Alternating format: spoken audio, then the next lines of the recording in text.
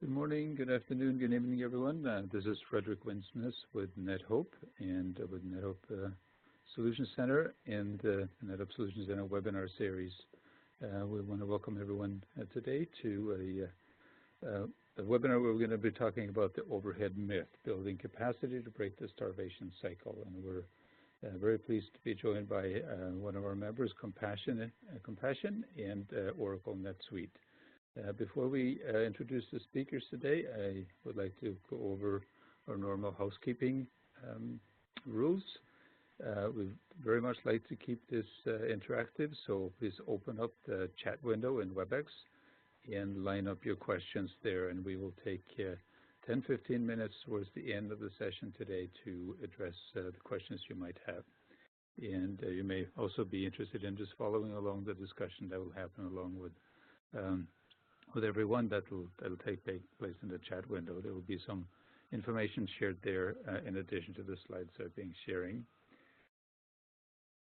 Also, we are recording this today, so the recording and the slides will be posted to the Solutions Center, and we will send out an email to everyone that responded to the invitation to this webinar, and you should feel free to share that with your colleagues and review the session later on. After the session today, automatically will pop up a webinar satisfaction poll, and please take a moment to answer that, and so we can both provide feedback to the presenters as well as improve this webinar series going forward. So without any further ado, I would like to introduce our speakers today. We have Ron Orrick from Compassion International. He's the VP of Information Technology there. And we have David Geilhufe. He's a Senior Director at Nonprofit at NetSuite. And I'm going to turn it over to David, who will be doing a little bit of introduction before Ron and David will have a quick conversation or a quick exchange. So David, over to you. Great. Thank you very much, Frederick. That was a wonderful pronunciation of my last name. Usually it's just pronounced David. So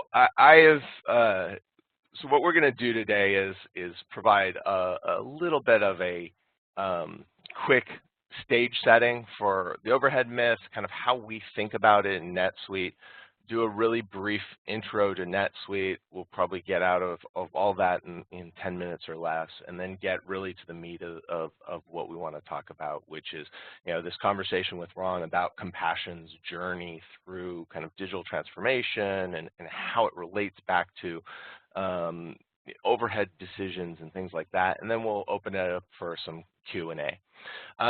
Just a little bit by way of my background, I've spent almost my entire career now going on past 25 years in nonprofit technology.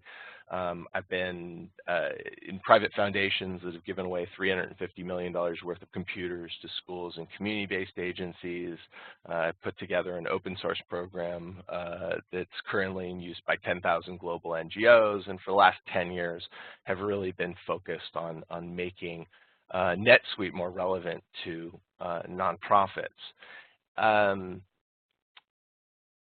As we try to set the stage here, we want to kind of make sure we're all on the same page. Everybody knows what overhead is, right? It's the percentage of expenses that are devoted to administrative and fundraising costs.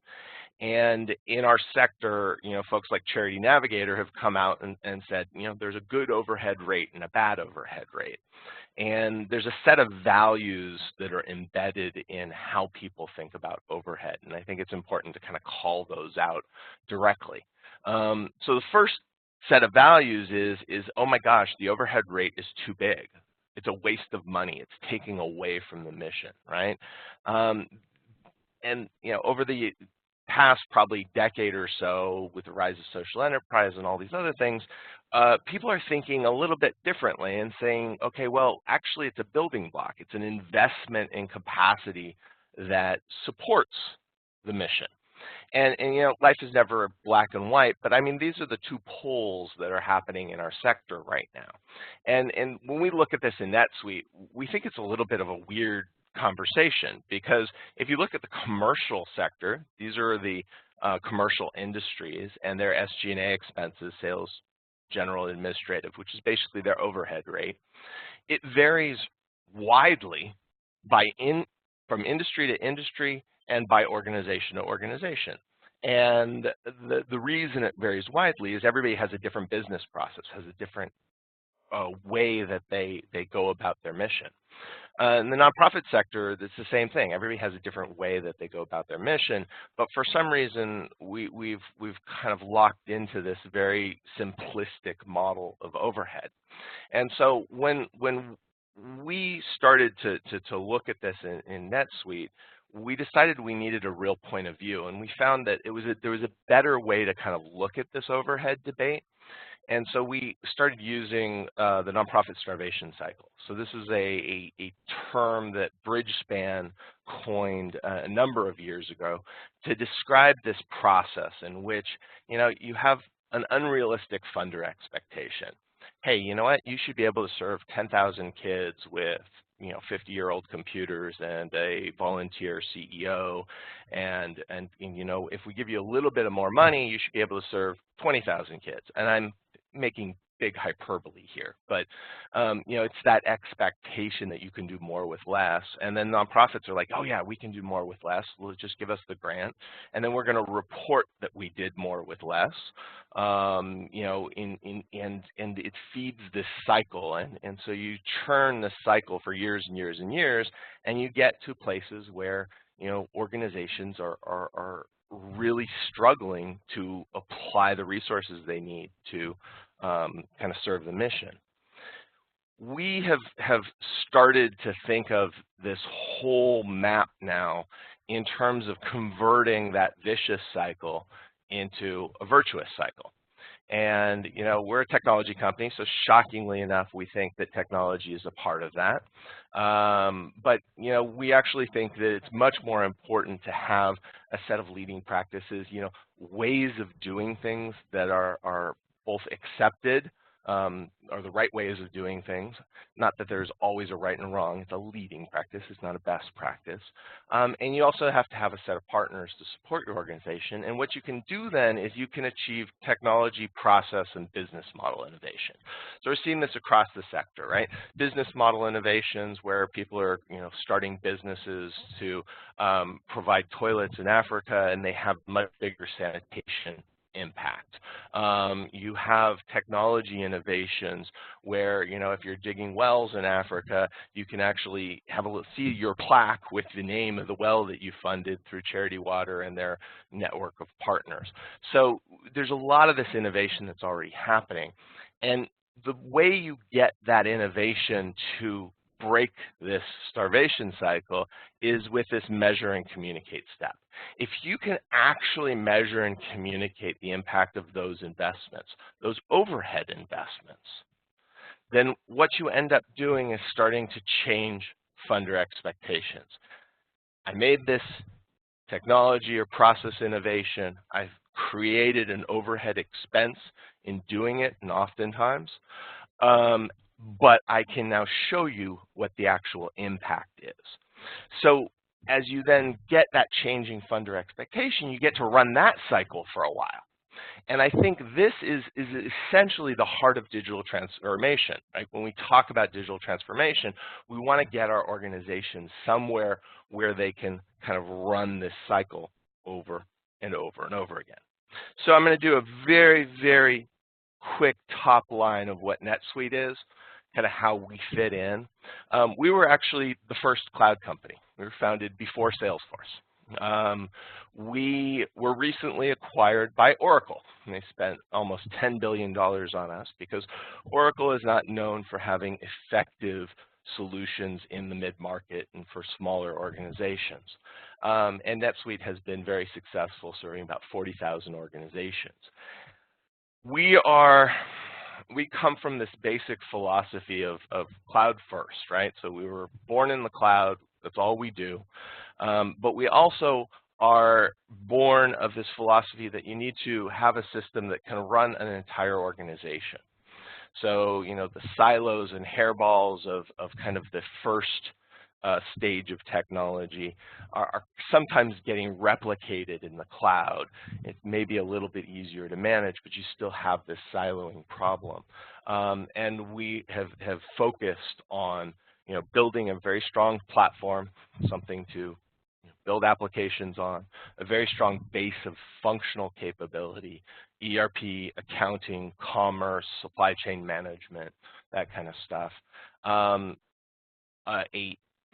A one world layer, which is our internationalized layer, so taxes, currency, things like that, and then vertical capability. So nonprofit is one of our 7 verticals, and in nonprofit we build very specific capability around grants management and things like that. So that's the quick NetSuite piece.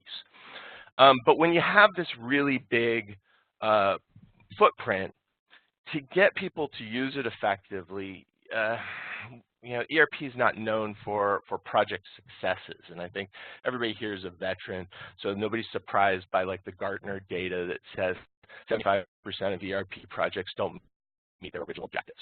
So we as a company have kind of taken responsibility for some of that issue in the ERP industry, and we have a methodology we call Suite Success, which is not an implementation methodology, but it's a way we build product and engage. And the heart of that methodology is this concept that we call the stairway. And the idea is really simple. Don't do a big bang, build the foundation to your house. Extend over time. We're a cloud provider, so we want our customers to be with us for the next 100 years. So therefore, we need to continually allow folks to extend and innovate. And we've kind of built a structure around that.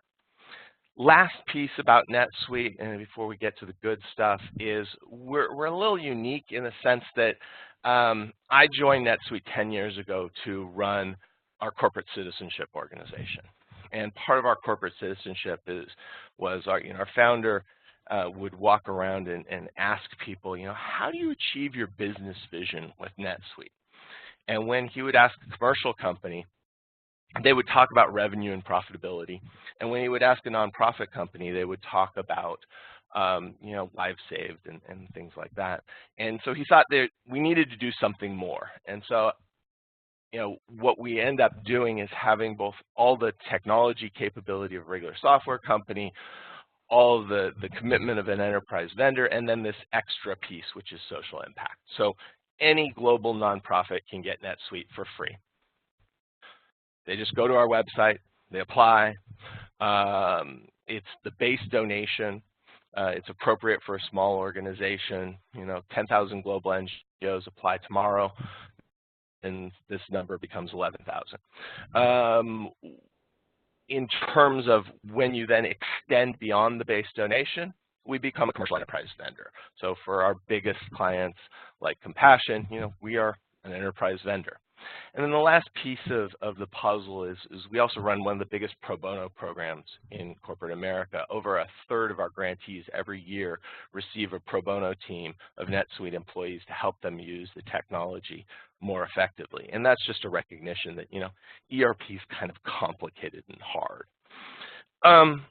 So with that, I wanted to go turn over and start talking to Ron and get to the meat of this. And Ron, I guess let's start with an introduction for you and Compassion.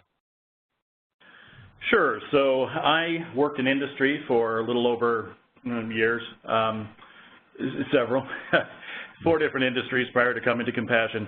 I've been at Compassion for about 2.5 years. Worked in ministry as a second full-time job for 15 years ahead of that, so was kind of prepared for nonprofit and for this particular nonprofit. It has been an amazing ride, a lot of change in 2.5 years and more to come. Compassion is focused on holistic child development, and we're focused on the child rather than the community. You can change the community, and that lasts for some period of time. But if you change the child will come back and change their community over time. And that was proven to me, it has been proven to me on multiple trips, but last summer I went to Africa with my wife and visited a bunch of different programs. And about 65% of those programs that we visited were run by children that had graduated from the program, gone to university, and came back to their village even the Great Rift Valley, and we're running the program thereafter. And so that was very, very gratifying for us to see. So that's me and Compassion. We have about 7,000 church partners in 25 countries that we put our program through. We have 11 giving partners around the world, and we serve around just short of 2 million children today. Awesome. And we've been working with you guys since about 2015, and it's been really interesting to watch, you know, the transformation kind of ideas and conversation and initiative has been running since well before we started engaging with Compassion. It's been interesting to kind of watch that evolution. Can you give folks a sense of what that transformation initiative looks like in Compassion? Sure. So for us, we've been in business around 65 years, started very small by serving children in South Korea, what became South Korea, and have grown fairly rapidly, certainly over the last decade especially. And almost all of the children records at the local churches and offices were all in paper. And we gathered a huge amount of wealth of wonderful information that nobody could get to unless they traveled to the church. And backups were non-existent, as you can imagine. So the transformation that we went through not only digitized the data that we have out in the field, but it also provided us a critical acceleration in one of our most important interactions. So our sponsors and our children are linked one-to-one, one sponsor, one child. And those sponsors write letters to their children, and that builds relationship over time. In fact, if there's a disaster, often the child will run back into their house and retrieve their letters rather than retrieving their stuffed animal or a toy.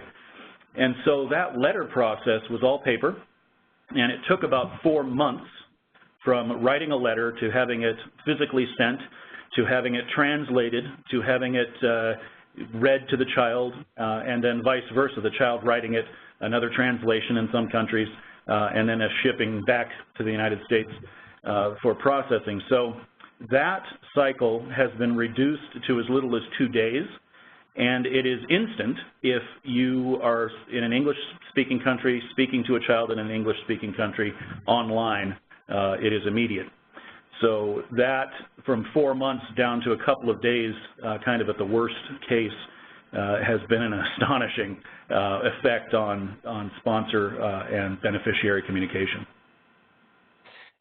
And what I love about that story is you know, there's a very simple anchor to this, but your transformation initiative was a lot more than just the letters going back and forth, right?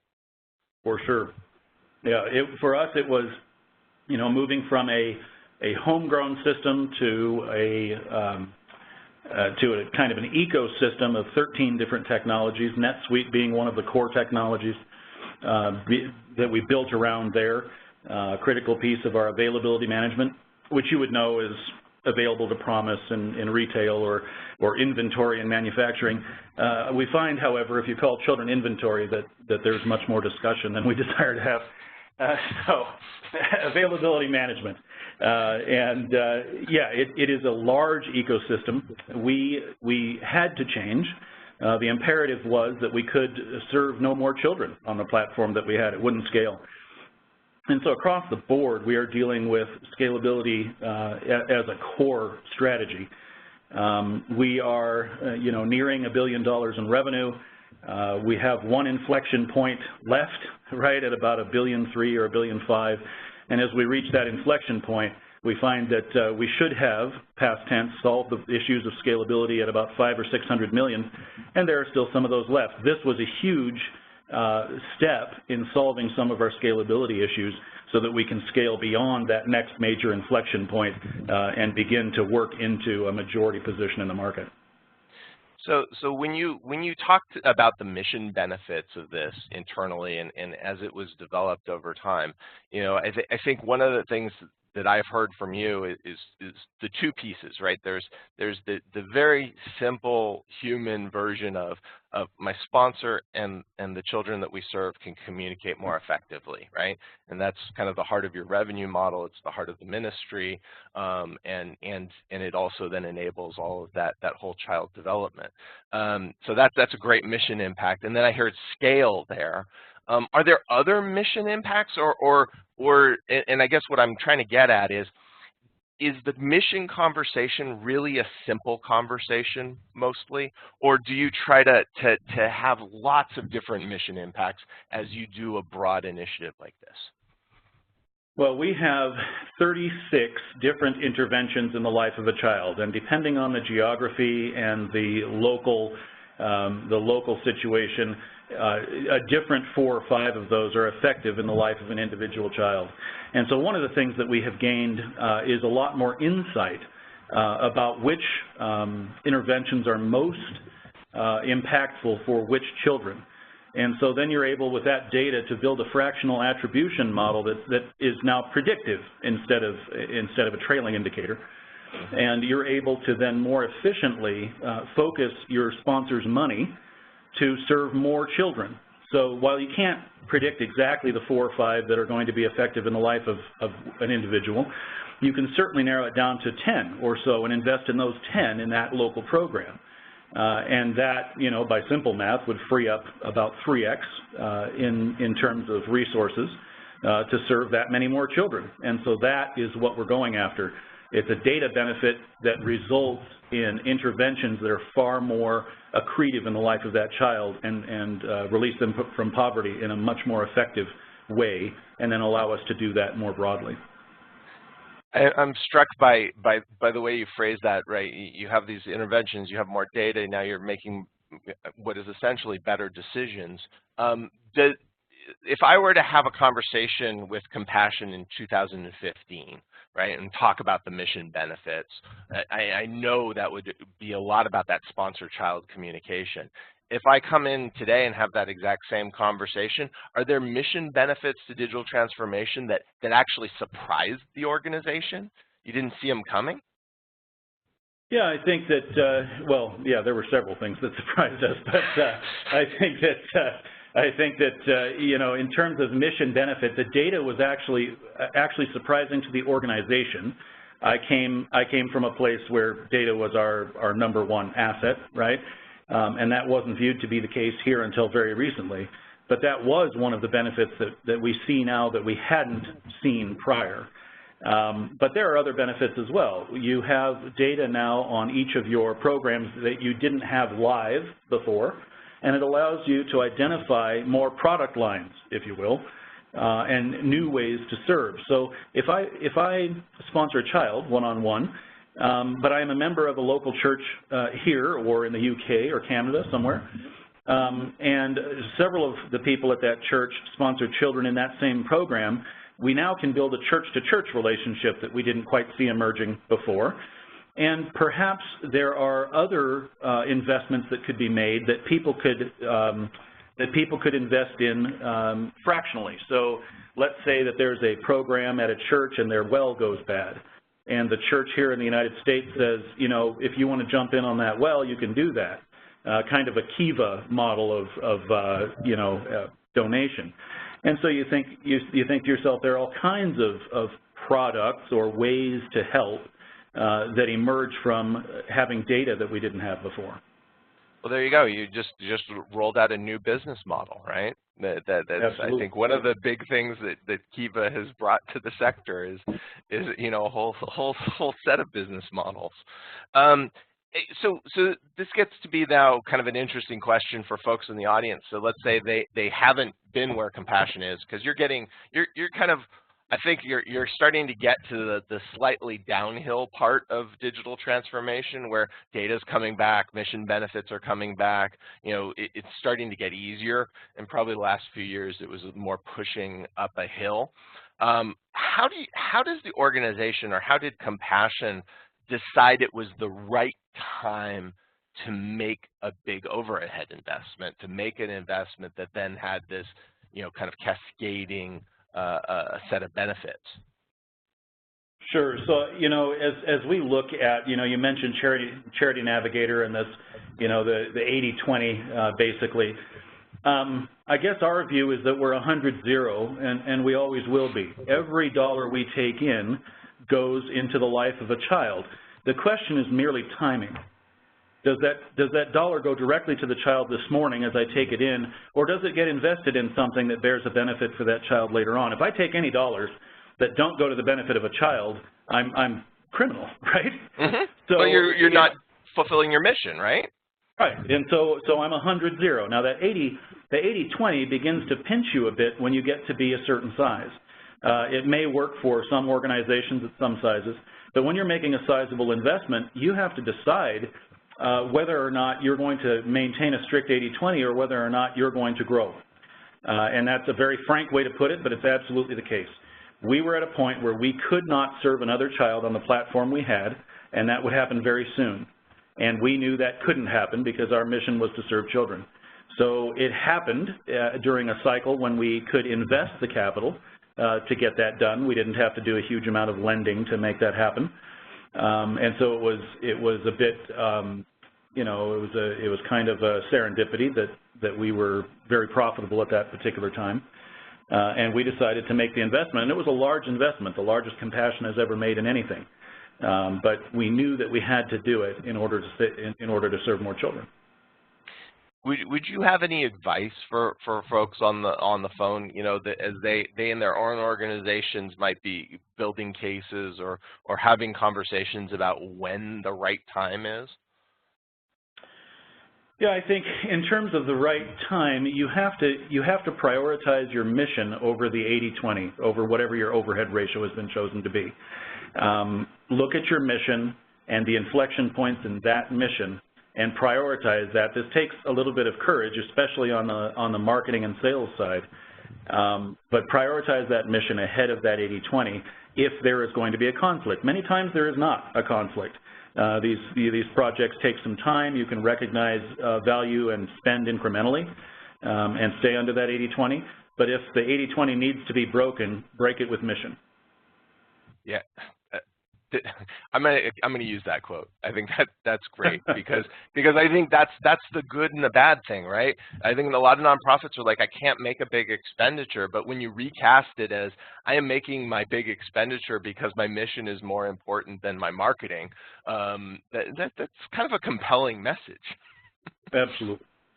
So let's turn now a little bit to kind of the daily operations and the disruption that comes from, you know, digital transformation or big digital projects of any type. You know, how does Compassion manage a program that probably touched, well, you tell me, how many people inside the organization, you know, line staff, did the project touch? It touched every one of them, which would give us about a little less than 3,000 worldwide. It touched every one of our 7,000 church partners.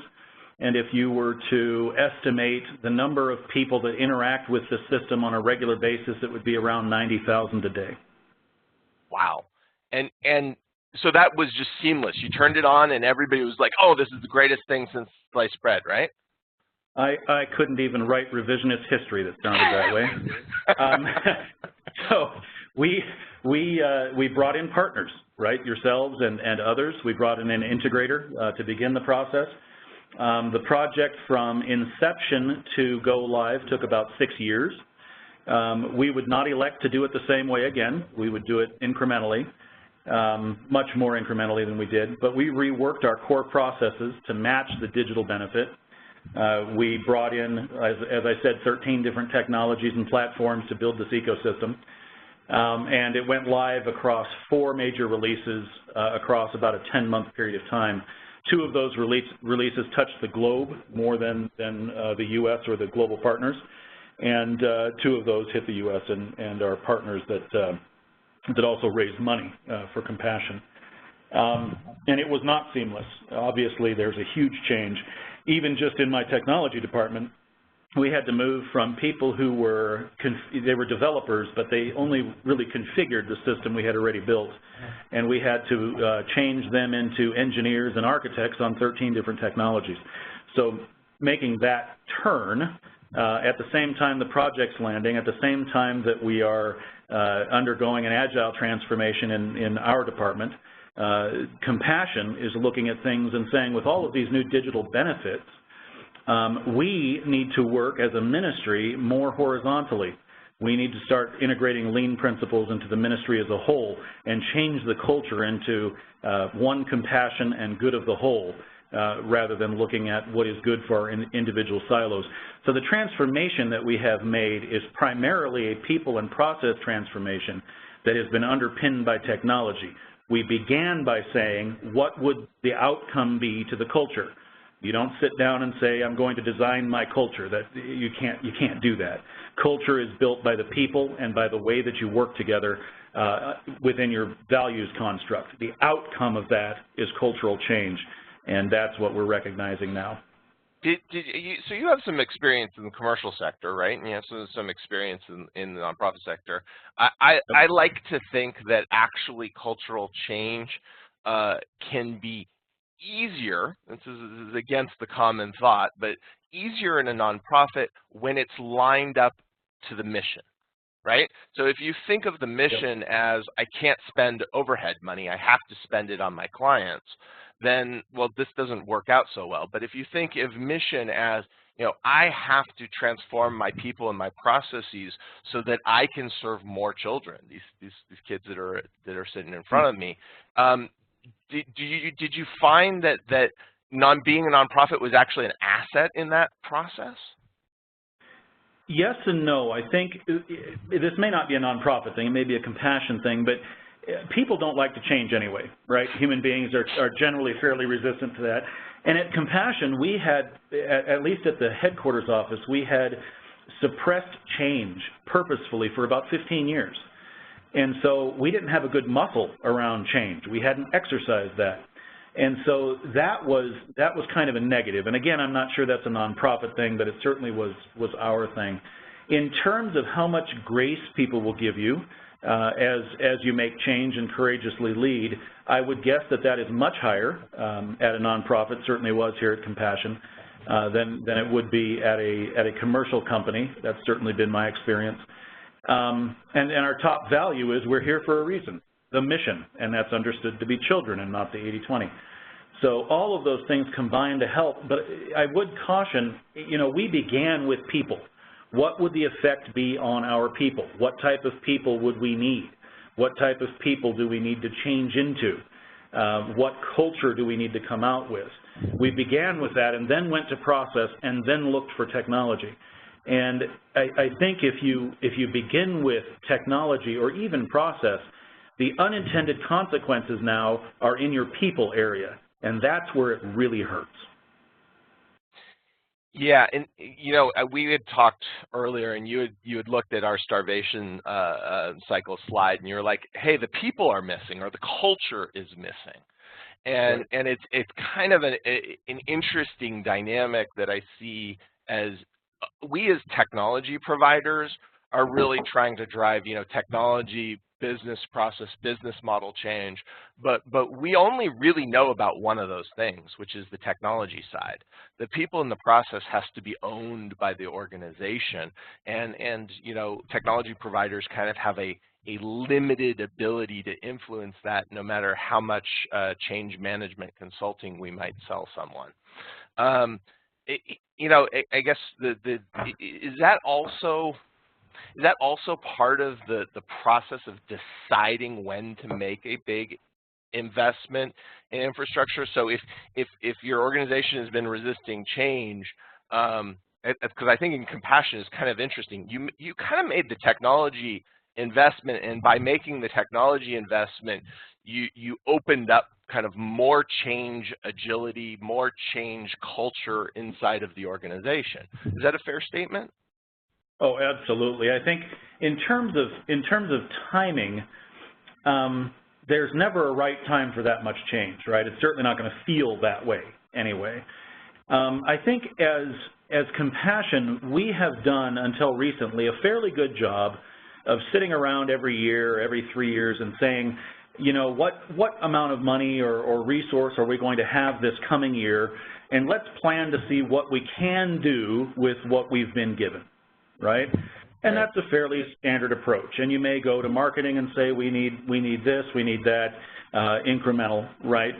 But I think that misses a critical question that we have just begun asking now, and that is, what must we do? There are inflection points and competitors in business that will force us to act, and if we don't beat them to the punch, we won't be there to see the fallout. 30 years ago, if an upstart company started in your sector, you could make a change and beat them at your game. Today, once you hear about a competitor, it is no longer your game. You're already gone. So I think that question, that's interesting. That question is critical. What must we do? If there is something we must do, it doesn't matter if it looks impossible, we must do it to remain relevant, to serve, whatever it is. And so I think that's the first question you have to ask. Is there an imperative for us and our mission? And does that result then in a technology project? And if there is not an imperative, then we can elect to change, and at what rate. But I think that's a question that we often miss. I'm struck in this conversation that it feels like there's no, well, let me put it this way, there's no good or right way to get into a digital transformation, right? It could be event-driven. Hey, you know, I have a great story about sponsors and kids getting, you know, their letters, and I'm sure that had a lot of traction inside of Compassion. You have the serendipity of you know, a good year, extra investment capital available to do something. You have, you know, moments of kind of leadership where the leadership gets together and says, you know, we want to make a big innovation. And what strikes me about your story is all of those things happened at some point during the cycle. And it almost doesn't matter how you start out that path of digital transformation. It's more important what you do along the path. Would you agree with that? Yeah, absolutely. Certainly for any change in any journey, the first step is the critical one, right? Just begin. I think as we talk about change in people, we talk about that a lot internally. What we say is a person in motion is easier to change direction on than one who is sitting. So begin moving, right? And if you're directionally correct, you can make a few degree adjustments here and there. But if you're just sitting, it takes a lot of energy to begin the movement. Oh, I love that. So let's turn to the kind of the last section, and I would like to encourage the audience. You know, hopefully we're creating questions, and you guys are madly typing them into the WebEx portion. But the last portion of this is to talk about the risk management that you can do. So, you know, you guys have gone through a big process. There's been lots of stages and parts of it. So what are the key things that you do as an organization to manage the risk that comes with making big investments that you know, sometimes don't necessarily translate to the same big mission impacts that you originally hoped? Sure. So I can tell you what we would have done looking back over 6 or 7 years, and I can tell you what we do now, and those things are very similar. What we do now is we do things very incrementally, right? We have switched to an agile method of releasing value. Value is released every 2 weeks. Value being viewed by the end customer, right? Whether or not they recognize value, not an internal customer. And what that allows you to do is incrementally build the value, not only the value, but understanding what minor change people are taking on and at what rate.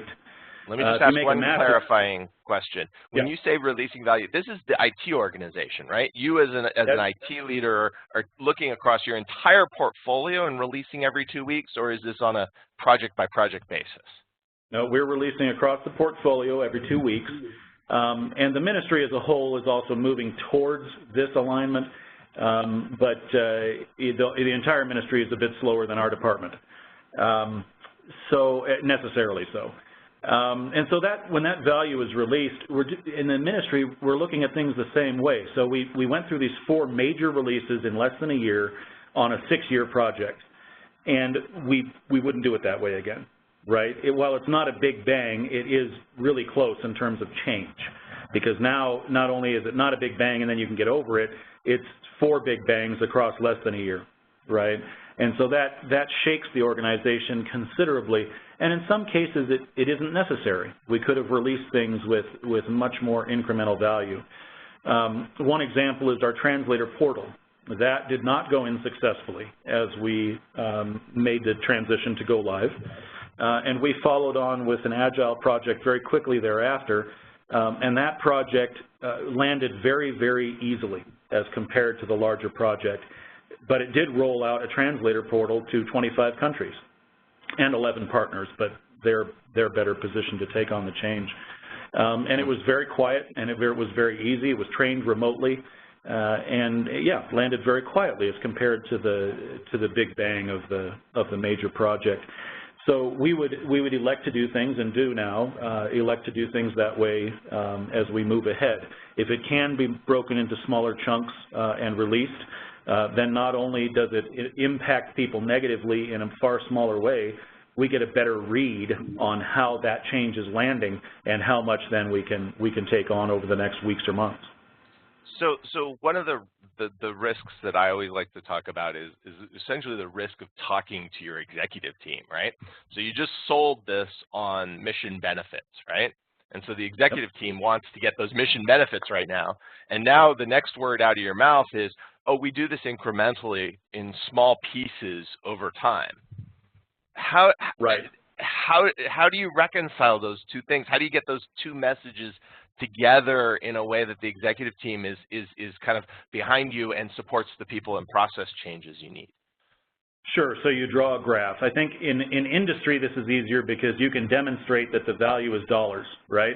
And so that with every 2 weeks we have some incremental value that's released, and we have some more dollars in the door. So in 2 weeks we have some dollars in the door, in 4 weeks we have more dollars through the door, and you end up with this stair step, the shaded area under which is the amount of incremental money we have as we roll things out. Whereas if we had a big bang project, there would be zero value released and therefore $0 in the door for the year or two that the project would take.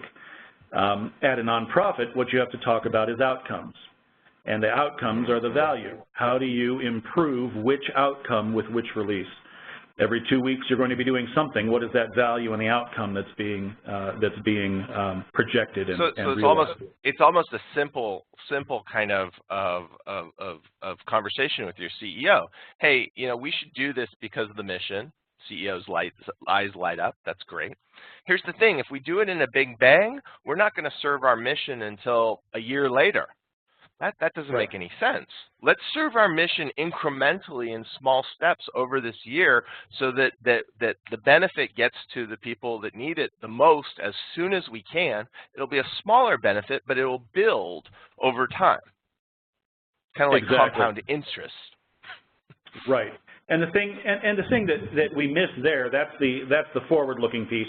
There is a piece of the sale that says we can't grow any further if we don't do something, right? So if that's a piece of what's underpinning it, there's also that piece. That's not as motivating, right, as we're going to change the outcomes in our mission. And sometimes it's not that we can't grow anymore. It's that we're going to shrink or collapse, and that can be very motivating. But I'm not sure it leads you to the right behaviors. It's a much more difficult story to tell, right? It's much more motivating to talk about improved outcomes. So I think that is one way to look at the benefits incrementally. Another way is, I remember Jimmy, our CEO, and I were talking, and we were talking about projects, and he said, can't you just give me a detailed project plan? And I said, look, man, if you want a 3-year plan that says Ron's going to do this on this day, 3 years from today for 8 hours, I'll give you that. I'll lie to you very specifically.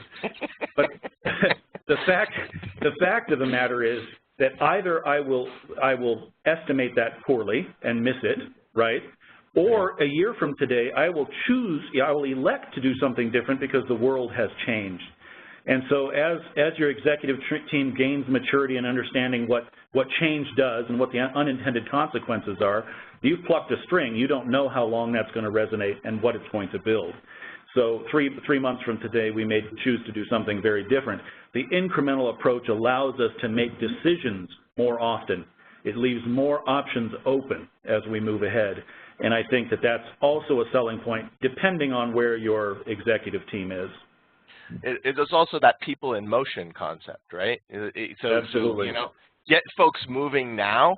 We'll adjust the direction if we need to. And quite honestly, you can probably get somebody who's moving to make a 180 turn more efficiently than somebody who's just standing still.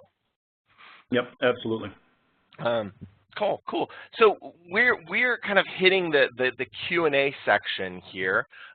Frederick, do you want to come back in and curate the questions? I have them up here on my screen as well.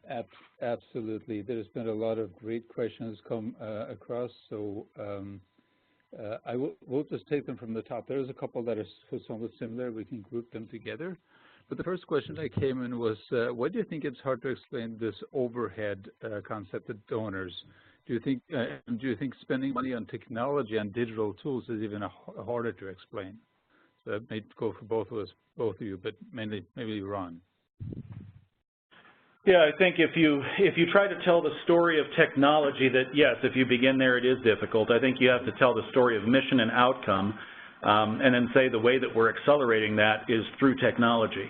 There are sometimes parallels you can draw. It depends on your donor base. Some of your donors don't want to hear parallels about, commercial companies. They may be very sensitive about that, in fact. Sometimes that can play. But I think the story has to be we can serve more or do more, whatever your base is. And the way that we do that is through a process change in technology. Demonstrate to them why the top line is growing in terms of your overhead benefit, right? Here's how much more mission we can accomplish with that overhead, and show that it makes things more efficient over time. It builds scale over time. It's not a one-time thing that's just going to cost money. It brings us benefit for some period into the future. I'll just add, it's really simple. I mean, I've seen this in private foundations. I've seen this in the sector forever. Anybody who's talking about overhead, technology, or digital tools is doing it wrong. No funder funds those things.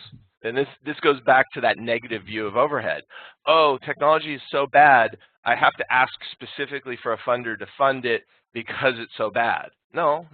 Your mission is important. What are you going to do? And here's the plan to accelerate the mission impact, because the funder is going to fund the plan to accelerate the mission impact. They're not going to fund whatever's in the line. Yes, so there was the next question kind of addresses that. When the funder actually wants to know what the line items are, even though they still are funding the overall plan. Right. So I think I got a quick break in the technology, my own technology here. Can you still hear me? Yes. Yes. Okay, great. So the next question was kind of related to that, and turn it around. And you mentioned that you had your measure and communicate the benefits back to your donors. So what are the key metrics that Compassion reports back to the donors in order to kind of get out of this vicious cycle to the virtuous cycle? Sure. So for us, the biggest selling point initially was the letter turnaround time, right? So the idea that from 4 months it would go to 2 days, and you would be able to interact with your child in a much more real-time fashion. New metrics then came out of that, right? So registering a child turned into you can register the child in Uganda today, and you can sponsor that child in the U.S. the same day. And that was a huge driver for donors, and we had no idea that that would be a huge benefit to them. We thought that when the children were available, they were available. The donor just saw them then. But that one-day turn was a major impact for them. A major impact on the churches as well. Today, they enter things into a portal, and we're building them a mobile app so that they can go where there is no connectivity, register children, get all the data that they need into the mobile app, and then upload it when they return to their church. That'll decrease data issues. It'll give the pictures immediately, and it again will allow the registered child to be immediately available on the web. And I think that was something we didn't see that donors would deeply appreciate. Yeah, amazing. While you were introducing Compassion, Ron, there was a quick question that came in. You know, how many years does Compassion typically stay in a community, or maybe better, how long does Compassion typically sponsor a child? Sure. So our average sponsor length is a little over a decade. So it depends on the geography. Our children enter our program between the ages of 3 and 5. If we're talking about our main program, we have another babies and mothers program. So they enter between the ages of 3 and 5. They exit between the ages of 13 and 18, depending on the services available to them in their local geography or their local political geography. And so a little over 10 years is how long a sponsor stays with a child. That's our average. You know, the child is in the program then somewhere between 10 and 15 years as well. In terms of how long we stay in a community, it depends on the poverty level in the community, frankly. So if a church makes an impact in their community to the degree that enough children are released and come back and improve that community to the point where there is no extreme poverty in that community, the church becomes self-sufficient and is no longer a compassion-funded church. And that happens often. There are also churches that elect to leave the program for one reason or another. That's low single-digit percentage per year. But typically, the church is in the community forever, and it's a compassion church for some period of time. Sometimes 10 and 20 years, 30 years, sometimes less. Excellent. So good to hear that exit strategy there, or the sustainability impact. That's impressive. So there was a question for you, David, and as the vendor in the room, you get to answer the rude question, or the more sensitive question, maybe. Are there any plans for NetSuite to increase their social giving on nonprofits to levels of Microsoft, Google, and Salesforce? If I understand correctly, NetSuite gives a small amount to nonprofits. So if it's on a cash basis, you know, when you look at Oracle overall, you know, Oracle is in line with certainly, you know, the top, 10, or I think we were at number 8 or 12. I can't quite remember on the Bay Area corporate philanthropy list. So I think Oracle, it's interesting being an accounting company. You know, when you're an accounting company, you focus heads down on getting things done. You know, making sure that the folks are successful with the software, making sure that our people are working, and kind of less on, you know, the big cash gifts, and that's a conscious choice, and that's just kind of a values choice that we've made as an organization. And it's been interesting coming into Oracle. We've had more resources. We now actually look better as a corporate citizen, but that culture in Oracle is still the same. I mean, you know, Oracle corporate citizenship, they just spend a huge amount of time, you know, essentially investing in a charter school on the headquarters campus, not so much for the charter school on the headquarters campus, but because the design thinking curriculums and things that come out of that can be shared more broadly. So you know, it's kind of a rude question. We put our numbers up against anybody. Are we Microsoft or Google? No, but we think we're pretty impressive. Well, thank you very much. As you can tell, there's very few filters in the mechanism here in these webinars, so I want to bring it to the forefront. It was the question that was asked. So let's move on. How did Compassion manage to fund the total cost of ownership for what you were doing, the NetSuite or the overall digital transformation? Was this out of general funds, or was this some kind of special donation? The answer to that is yes, it was both. There are not only some special donations, but there were also some technology groups that donated to do some of that. Certainly is still in the low single-digit percentages in terms of total project cost. But some general funds and some direct donations from major donors. I would like to make the point, though, that more than 93% of our revenue is one-to-one sponsorship, direct sponsorship to the child.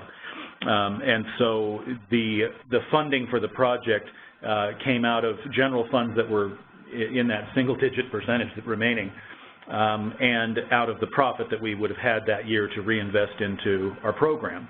And so there were dollars that were invested into the program long-term through the project instead of sending them in a grant rate out to the field immediately. Excellent, thank you. We do have time. We're probably not going to have time to answer all the questions that came in, but you'll get all of them in a mail, and we could potentially put together a Q&A document and post that as well. But the next one I found was quite interesting. If you're thinking about the digital transformation as part of improving operational efficiencies on one hand and getting closer to beneficiaries and donors on the other hand, could you address these two dimensions for compassion? Sure. So yes, there is a top line benefit and there's a bottom line benefit. And what you want to do, in terms of scalability, is to make the top line curve up and the bottom line curve down, right? So that the area between is reinvestable profit.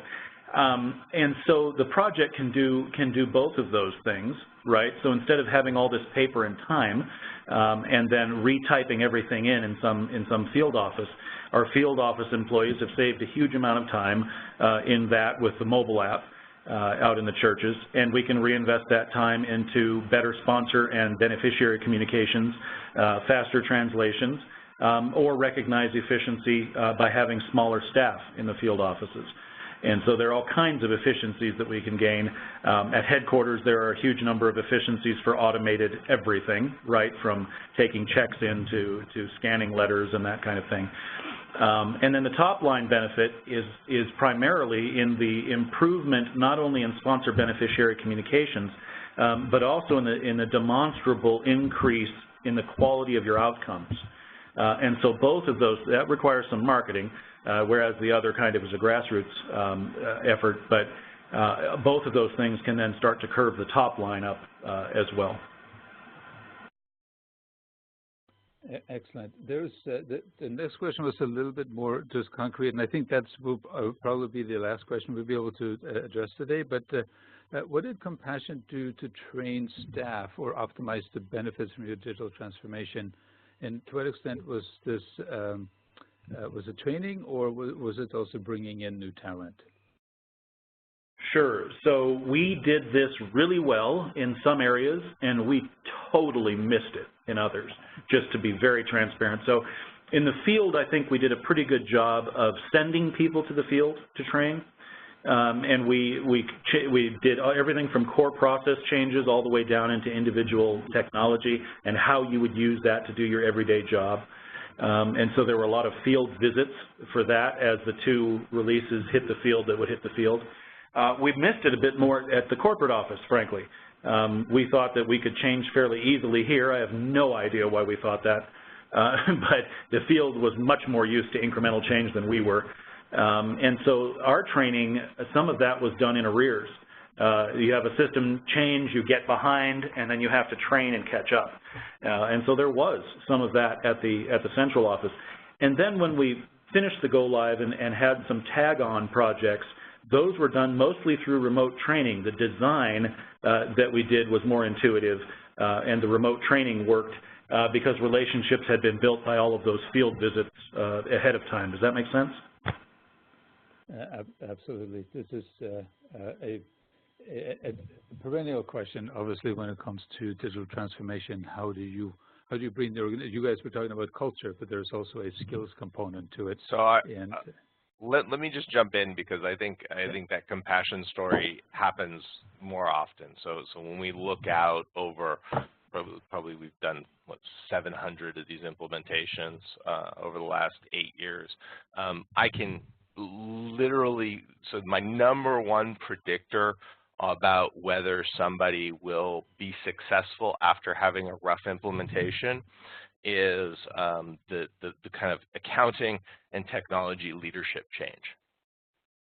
So number one predictor is that. And so I would say that you either have the capability coming into the digital transformation, or you bring the capability in. And bringing the capability in does not necessarily mean the folks that were there in the beginning have swapped out. So I've seen that capability get brought in at an executive level. I've seen that capability get brought in by an executive that they themselves do not have that capability, but they're smart about knowing what they don't know. But I would say that virtually everybody has to have that capability, and most of the nonprofits we work through bring somebody in a couple of years in when they realize the change is a lot harder than they thought. Thank you. Yeah, and we did both. I mean, I came in certainly, and then in our IT department, I can speak for that very directly.